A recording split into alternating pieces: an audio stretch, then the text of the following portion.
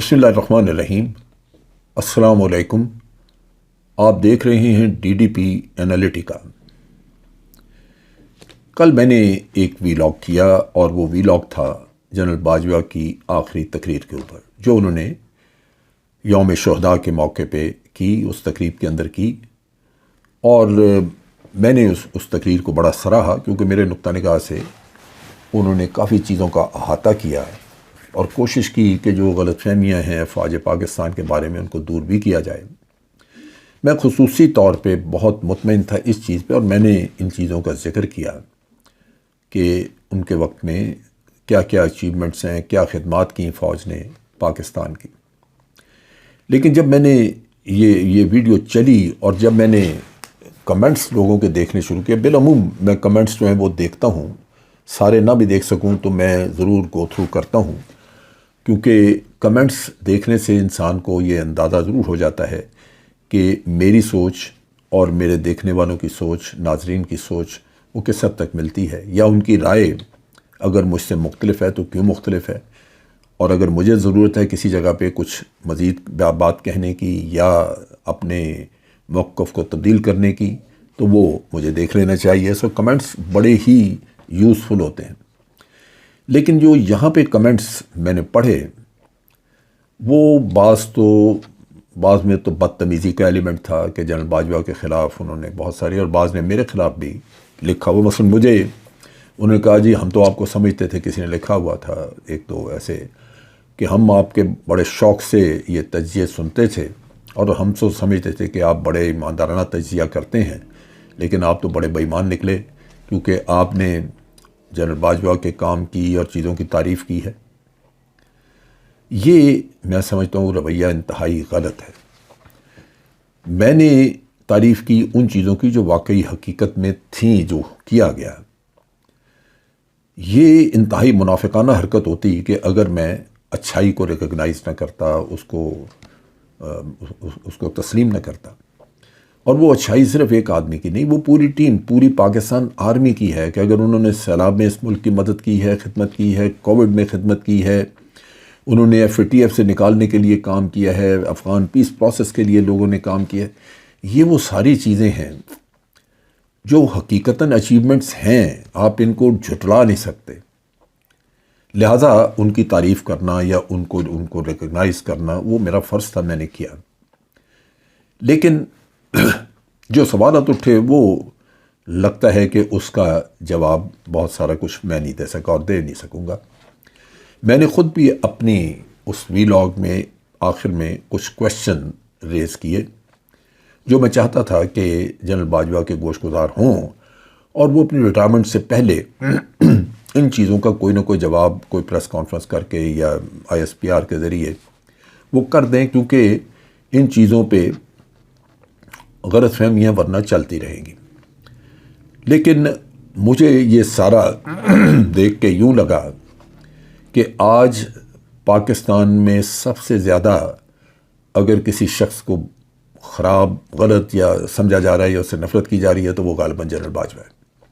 کیونکہ ہر کسی نے ایسے کمنٹس لکھے۔ جو کمنٹس نامناسب تھے اور جو بدتمیزی والے تھے وہ میں نے ڈیلیٹ کیے۔ میرے پاس ڈیلیٹ میکانزم ہے، وہ میں ڈیلیٹ کرتا ہوں، کیونکہ میں سب اپنے ناظرین سے ریکویسٹ کروں گا کہ آپ ہم سے اتفاق کریں یا نہ کریں،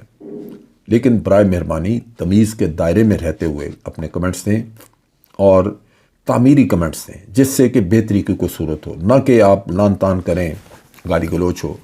اور اس سے دل آزاری ہو۔ وہ کوئی ڈیفینیٹلی چیزیں اس سے امپروو نہیں ہوں گی، امپروو ہوں گی آپ کی تجاویز اور کنسٹرکٹیو کنٹریبیوشن سے۔ دوسری چیز جو میں سمجھ سکا وہ یہ کہ میرے سننے والے جنہوں نے کمنٹس لکھے وہ سمجھتے ہیں کہ رجیم چینج جو ہے وہ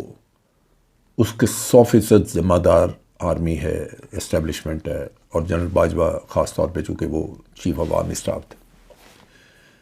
اور وہ کوٹ بھی کرتے ہیں کہ PMLN کے تمام لیڈروں نے کہا کہ ہم نو کانفیڈنس نہیں لا سکتے جب تک کہ اسٹیبلشمنٹ ہماری مدد نہ کرے، اسٹیبلشمنٹ مدد کرے۔ پھر وہ زرداری صاحب کی سٹیٹمنٹ آ جاتی ہے جہاں انہوں نے کہا جی کہ ابھی جو لے کے آئے تھے عمران خان کو، وہ اب ہم سے پوچھتے ہیں کہ اس کو نکالیں کیسے۔ تو سٹیٹمنٹس کی وجہ سے لوگوں میں ایک پرسیپشن موجود ہے، وہ سمجھتے ہیں کہ یہ سارا جو آج گند ہے، جو پولرائزیشن ہے، وہ اس رجیم چینج کی وجہ سے، اور رجیم چینج کے ذمہ دار جو ہے وہ آرمی ہے۔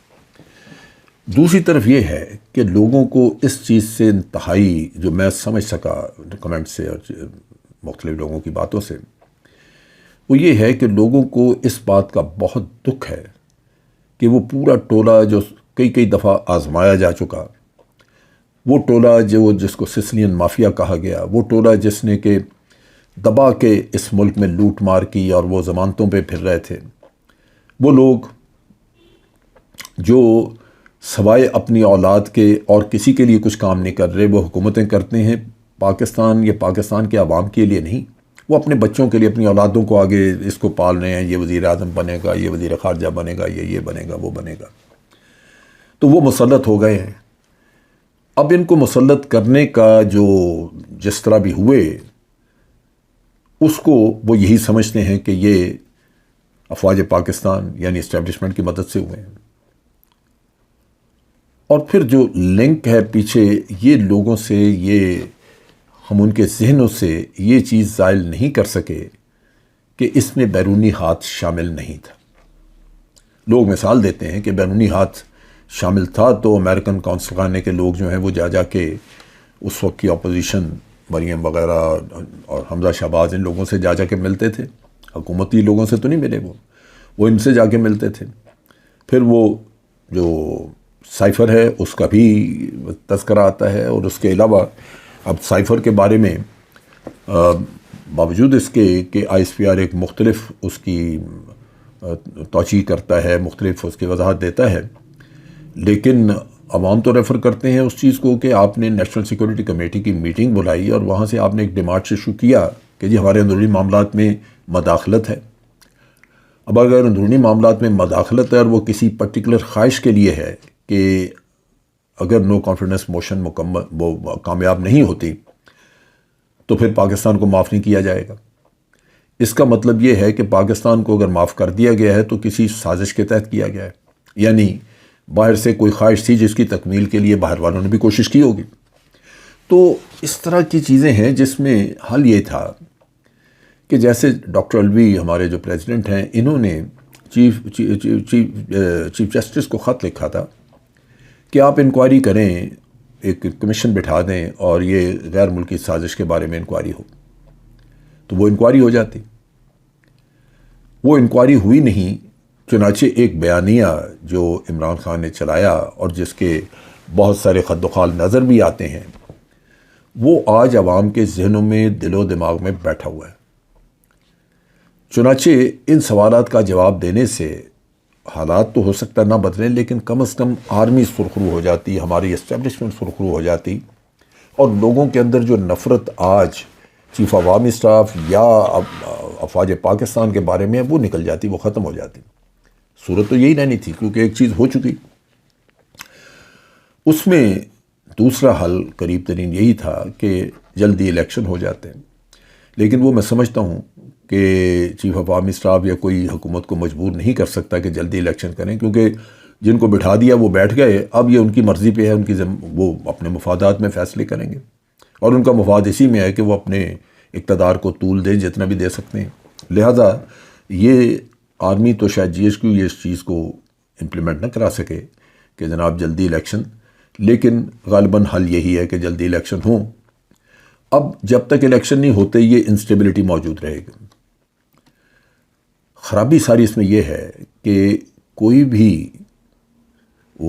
کوئی ادارہ دیکھ لیں، کوئی فرد دیکھ لیں، یا حکومتوں میں بیٹھے ہوئے لوگ دیکھ لیں، وہ اس چیز کو اپریشیٹ نہیں کر رہے، اس چیز کا ادراک نہیں کر رہے کہ آج عوام عمران خان کے ساتھ کھڑے ہیں۔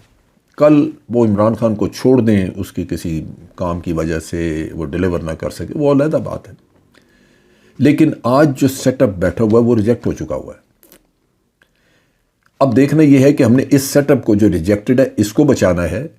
یا اپنے ملک کے اندر سٹیبلٹی لانی ہے، یہ ساری بات ہے۔ میں سمجھتا ہوں کہ حب الوطنی کا تقاضا یہ ہے کہ سیٹ اپ کو بچانے کے بجائے آپ اپنے ملک کے اندر سٹیبلٹی لے کے آئیں تاکہ فیصلے کیے جا سکیں، تاکہ اکانومی کے بارے میں سوچا جا سکے۔ یہ وہ چیزیں ہیں جو حب الوطنی کا تقاضا ہے کہ ہمیں ادھر توجہ دینی چاہیے۔ دیکھنے کی بات یہ ہے کہ کیا یہ سب کچھ ایسے ہوتا ہے؟ نہیں ہوگا تو ملک نقصان کرے گا، ملک کا نقصان ہوگا۔ اور میری سوچ یہی کہتی ہے کہ یہ نہیں ہوگا۔ اس کی وجہ یہ ہے کہ ہمارے حکمرانوں نے اپنے ذاتی مفادات سے آگے کبھی نہیں سوچا، اور جو یہ سیٹ اپ ہے یہ تو خاص طور پہ صرف اور صرف اپنے ذاتی مفادات کی بات کرتا ہے۔ چیف آف آرمی اسٹاف نے اپنی تقریر میں کہا کہ آج ملک جو ہے وہ بہت ہی سنگین قسم کے مالی مسائل سے دوچار ہے، اور ہماری معاشی حالت بہت خراب ہے۔ یہ مزید خراب ہوئی اسی رجیم چینج کی وجہ سے،